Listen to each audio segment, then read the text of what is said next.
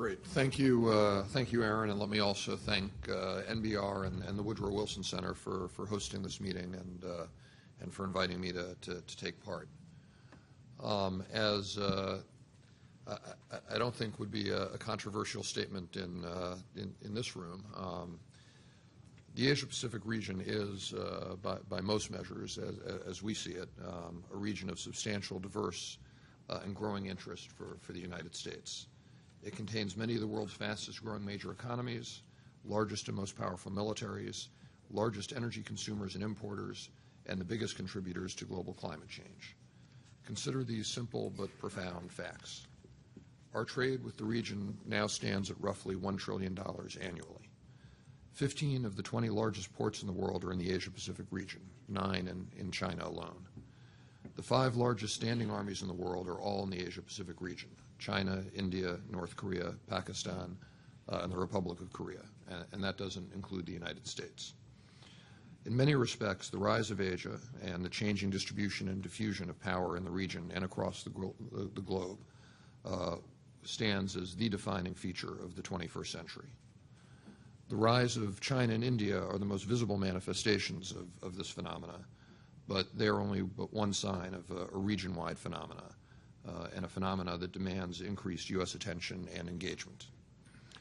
The United States, in fact, is an Asia-Pacific power, part of the region, and our future, political, economic, security, any way you'd want to cut it, is deeply and inexorably entwined with the future of Asia. The proliferation of weapons of mass destruction, strengthening the global economy, tackling climate change, responding to global pandemics, on and on. What happens in and with Asia profoundly affects us and our future here in the United States. Indeed, North Korea's nuclear test and missile launch last year and its recent sinking of the Korean ship, the Cheonan, is a vivid reminder that parts of Asia still remain dangerous neighborhoods, and that many of the world's most pressing regional and global challenges are impossible to address without broad Asian cooperation, participation, and leadership. Given these realities, what are some of the elements of getting Asia right for the United States? First and foremost, I'd offer that it means getting our alliances right with Australia, Thailand, the Philippines, Korea, and Japan. Our alliances in Asia provide not only for the continued and enhanced mutual defense, but they allow us to act on mutual security interests regionally and globally, and in turn to promote regional and global peace, prosperity, and stability. And getting our alliances right is not just about parroting ritual reaffirmations, no matter how sincere. It's also about tangibly reconfiguring our alliances to fit the realities of 21st century challenges. The U.S.-Japan alliance is and remains the cornerstone of our strategy in the Asia-Pacific region. As President Obama stressed this past January, the U.S.-Japan alliance continues to be indispensable not only for the defense of Japan, but also for the peace and prosperity of the entire Asia-Pacific region. And I think in that context, it's important for us to acknowledge and understand the enormous amount of change that has taken place in Japan over the past 10 months, over the past year. When the DPJ came to power last year, one of its goals was to re-examine Japanese domestic and foreign policy, including what it termed rebalancing its foreign policy. From our perspective, from the U.S. perspective, a more balanced and equal alliance that's better able to address the challenges of the 21st century is a good thing. And we welcome an equal alliance with a more robust and engaged Japanese partner. And we're pleased that even though the alliance experienced some bumps in the road over the past few months, that both the U.S. and Japan have emerged from this process having reaffirmed the fundamental assumptions about the importance and the role that the alliance plays, both for Japan, for the United States, and for the region as a whole. The U.S. and Japan are working to strengthen our cooperation in such areas as maritime security, ISR, and peacekeeping. We are increasing our cooperation on missile defense and deepening our dialogue on extended deterrence. And we're also working together in new areas such as space and cyber security. So it's a rich and full agenda that the alliance has, and that we're continuing to develop and move forward. The U.S.-Japan alliance is as strong and relevant today as it has ever been, and remains a security cornerstone in a very complex region. As for Korea, the key to ensuring future stability on the peninsula, we believe, is by making sure that our alliance remains central to our policy and strategy for dealing with any potential instability. This is especially important as we deal with the North Korea, whose decision-making is difficult to predict, let alone control. And the heart of the U.S.-ROC alliance remains committed to ensuring the common defense of the peninsula. Our alliance and the basis for our alliance with Korea is deepening and broadening, however, consistent with President Lee's vision for a global Korea. As a result, we are seeing a willingness by Korea to use their increased capacities to good effect as they pursue their own initiatives in such areas as the PRT mission to Afghanistan, their having joined the anti-piracy efforts in the Horn of Africa, and their participation in HADR assistance missions around the globe. These are welcome new trends in the region and in the international community. Second, in addition to strengthening our alliances, getting Asia right also means seeking to develop deeper relations with new partners in the region, like Indonesia, India, and China. I'll discuss in a minute in a little more detail the opportunities and challenges inherent in broadening our bilateral relationship with China. But let me simply state for now that how successful we are in these efforts to establish and deepen these new partnerships will have significant consequences for the future shape of the region and the globe. Third, getting Asia right also means recognizing that we remain an Asia-Pacific power, both because we are taking steps to ensure that the future U.S. forces remain capable of protecting our nation and its allies in the face of a dynamic threat environment, that the U.S. will maintain its forward deployed presence in the Asia-Pacific region, which we believe serves as a stabilizing factor, especially during a time of the rise of new power and power transition, but also because we continue to lead through the strength of our own conduct and the power of our own example. So lastly, with those 3 points in mind, let me spend a few minutes this morning talking about China. Simply put, to get China right, we have to get Asia right. The rise of China is creating new and a different set of challenges and opportunities for the United States and other states in the region. We approach the rise of China from the vantage points of our broader interests in the Asia-Pacific region.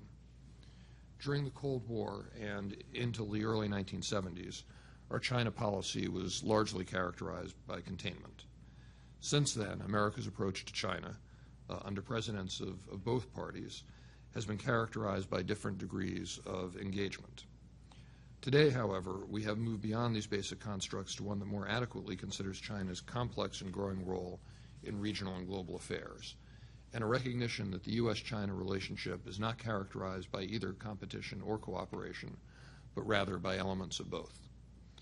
China and the United States must work together to find ways to cooperate in areas where we have a convergence of interests. And where our interests diverge, we must work to keep open dialogue to better understand and manage those differences. The recent passage of a new UN Security Council resolution on Iran, UNSCR 1929, is evidence that we can successfully work together on shared global interests, such as nuclear nonproliferation. The resolution included the most extensive sanctions on Iran ever, and in many categories it is as extensive as those in UNSCR 1874 imposed on North Korea last year. Indeed, there are very few global problems that will not benefit from Chinese engagement and partnership, including preventing the further spread of weapons of mass destruction, particularly nuclear weapons, reducing the emission of greenhouse gases and other toxic elements into the Earth's atmosphere, responding to humanitarian assistance and disaster relief situations around the region and the globe, and fostering balanced economic growth. A country the size of China that has benefited so greatly from the peace and prosperity in the region has a vested interest in helping to ensure that stability persists and that prosperity deepens, that the global commons are opened for the benefit of all. Yet, recently, China has shown a new assertiveness in and around the region, particularly in the South and East China Sea and in the Western Pacific. This assertiveness has caused concern among China's neighbors in the region, as well as in the United States, given that in addition to the economic and diplomatic influence that China is now seeking to wield, China's military capabilities are on the rise as well. As China's military capabilities increase and as the PLA becomes more capable, China will have a growing impact in the region and on the regional military balance. The United States has constantly urged China to be more transparent about their intentions. As China itself well understands, a lack of transparency during a period of power transition can lead to instability or worse. And there can be no doubt that Chinese assertiveness has inspired disquiet in the region, which demands a stronger measure of reassurance for those concerned about the possible direction of China's rise. These issues can be effectively addressed in multilateral forums such as ASEAN, and we look to China to do so. Yet, so far, China has not fully or sufficiently answered the call for transparency. In fact, its budget, its force structure, and its doctrine remain relatively opaque. We recognize that it's important to distinguish between China's increasing capabilities and making judgment about how China intends to employ those capabilities. And I'd offer that that is precisely why China must and can do more to reassure its neighbors that its increased capabilities will be used to good effect in the region. And this is not just a question of transparency, I'd note, but as a way to build growing mutual trust and understanding as well. In this context, China's decision to suspend military-to-military relations with the United States in January of this year does not help to reassure the United States or its neighbors. We believe that a robust military-to-military relationship helps to minimize the risk of misunderstanding and miscalculation as U.S. and Chinese interests continue to intersect and as our forces come into closer operational proximity. The U.S. believes, and the region believes, that a continuous dialogue between our two militaries is in the mutual interests of both countries and the region. This is not something that we seek to pursue just because it is in the U.S. interests, but because we believe that it is in China's interests as well. Both of our presidents, President Obama and President Hu, reaffirmed in the November joint statement the importance of the military-to-military relationship. They stressed that a stable, reliable, and continuous military-to-military relationship is an important component of the overall bilateral relationship. Secretary Gates and General Xu agreed in October to a 7-point consensus that lays out the plan for executing and conducting a set of robust dialogues and exchanges for 2010. All of these steps are designed to ensure a positive, cooperative, and comprehensive bilateral relationship that is fully inclusive of the military-to-military relationship.